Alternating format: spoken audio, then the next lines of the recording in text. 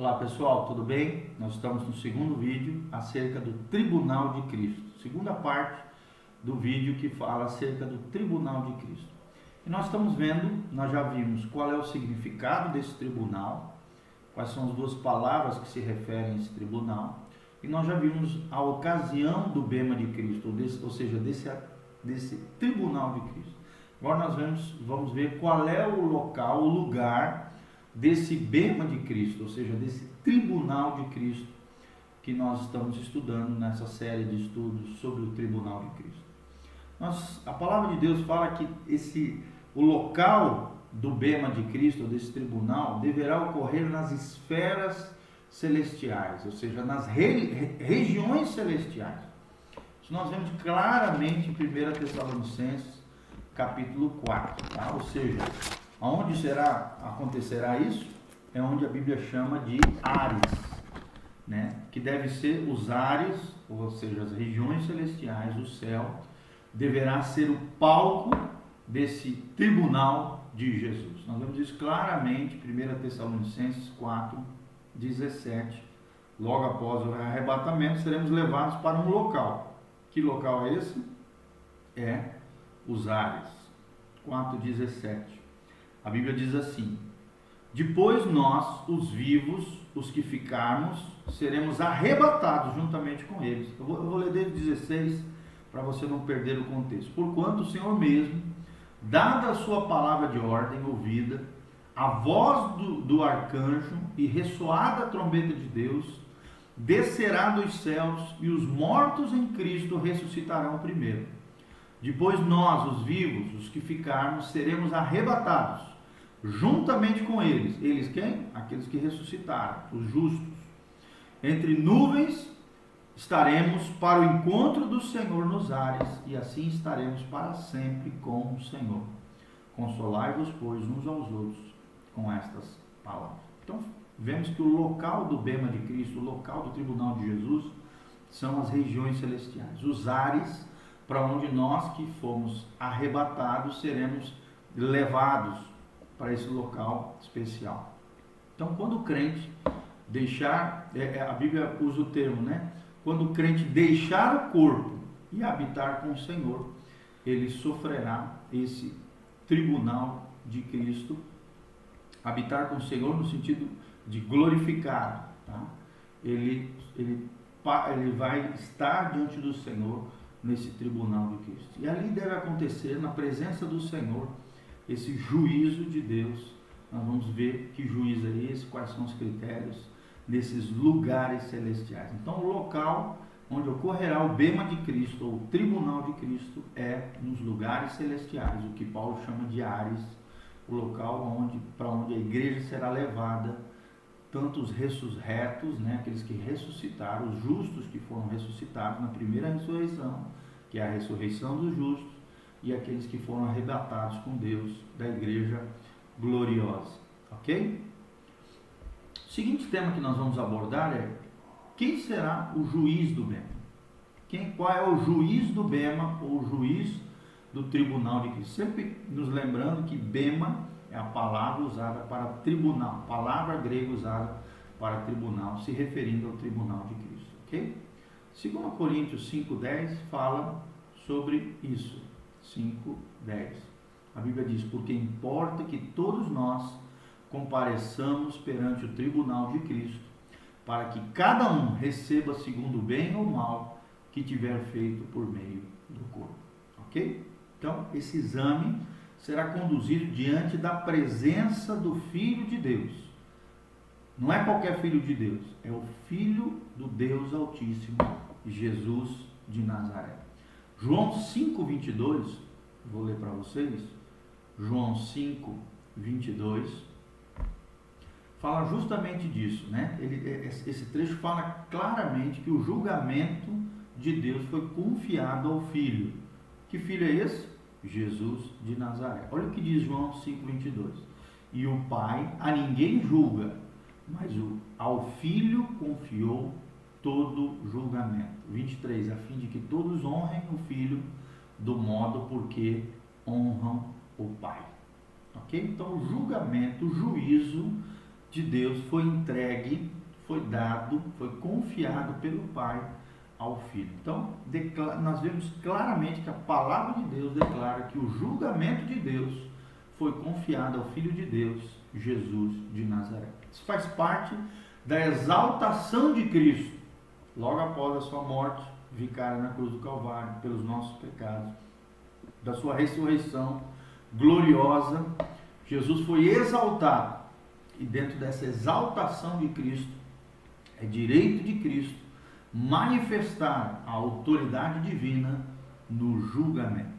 Isso é uma coisa que choca muito essa sociedade atual, sociedade pós-moderna, que tem, às vezes até dentro do contexto da igreja, pregado um Deus amor, amor, amor, pode tudo, vai dar tudo certo no final, né? Pode pintar e bordar que não tem problema nenhum, Deus é amor, Deus te conhece, papapá. E tira de Deus esse aspecto da justiça, da retidão, da santidade, do juízo e da condenação eterna. Então, nós temos que ter bem claro essas duas características de Deus. Amor por um lado, compaixão, misericórdia, mas o outro lado, outra característica, outra faceta de Deus principal é que Deus é justiça. Deus tem um julgamento sobre os seus filhos, bem como também sobre os ímpios. Sobre os seus filhos, é isso que nós estamos vendo, o tribunal de Cristo. Então faz parte da exaltação de Jesus, de Cristo, o direito de manifestar a autoridade divina no julgamento para com os homens. Quinto princípio que nós vamos ver: quais serão os participantes do tribunal de Cristo? Quais serão os participantes desse bema de Cristo?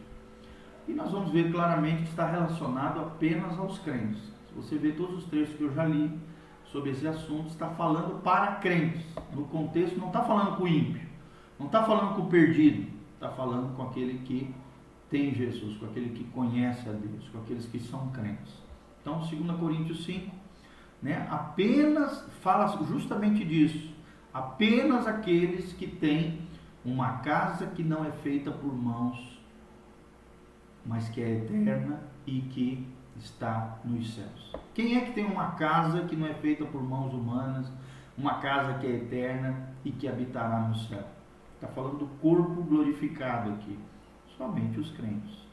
2 Coríntios 5 também fala que somente aqueles que poderiam experimentar o trabalho de Deus e o penhor, a garantia do Espírito Santo de Deus. Quem é que tem o Espírito Santo? Quem é que tem o penhor do Espírito? Somente os cristãos verdadeiros, os crentes genuínos. Apenas eles podem andar por fé e não por vista. Então, quem serão os participantes do tribunal de Cristo? Aqueles que são crentes, aqueles que são cristãos genuínos e verdadeiros, conforme 2 Coríntios 5, nós já vimos, né? 2 Coríntios 5, claramente, os participantes do bema serão, ou do tribunal de Cristo, serão os verdadeiros cristãos. Sexto princípio que nós estamos aprendendo: qual será a base da avaliação do tribunal de Cristo, ou desse bema de Cristo? Qual será a base de avaliação? Quais serão os critérios, né? O que será envolvido, o que estará envolvido ali nessa avaliação, nesse juízo, nesse julgamento? Então nós vamos ver claramente na palavra de Deus. Não é um julgamento se você vai ser salvo ou não, se você é filho de Deus ou não. Não, você já está nos céus, você já foi ressuscitado, se estava morto com Cristo, ou então se estava vivo, foi transladado, foi arrebatado. Você já está nos lugares celestiais, você já está nos ares, você já está no céu. Então a base da avaliação não é se você é crente ou não, se você vai ser jogado no inferno ou no céu. Não, você já está no céu. Então a base do julgamento não é se você é salvo ou não, né? Porque a salvação já lidou com todo o julgamento do pecado, do passado, presente, do futuro. Então a salvação aqui já é garantida nesse juízo. Mas sim será uma manifestação pública de demonstração ou revelação do seu caráter. Do caráter que você tinha na terra, das motivações que o indivíduo tinha ao fazer as coisas no seu dia a dia, ou com aquilo que fez com o seu corpo, como nós lemos aqui acabamos de ler, tá? Então, serão avaliadas se aquilo que você fez em nome de Deus ou para Deus são boas ou são más.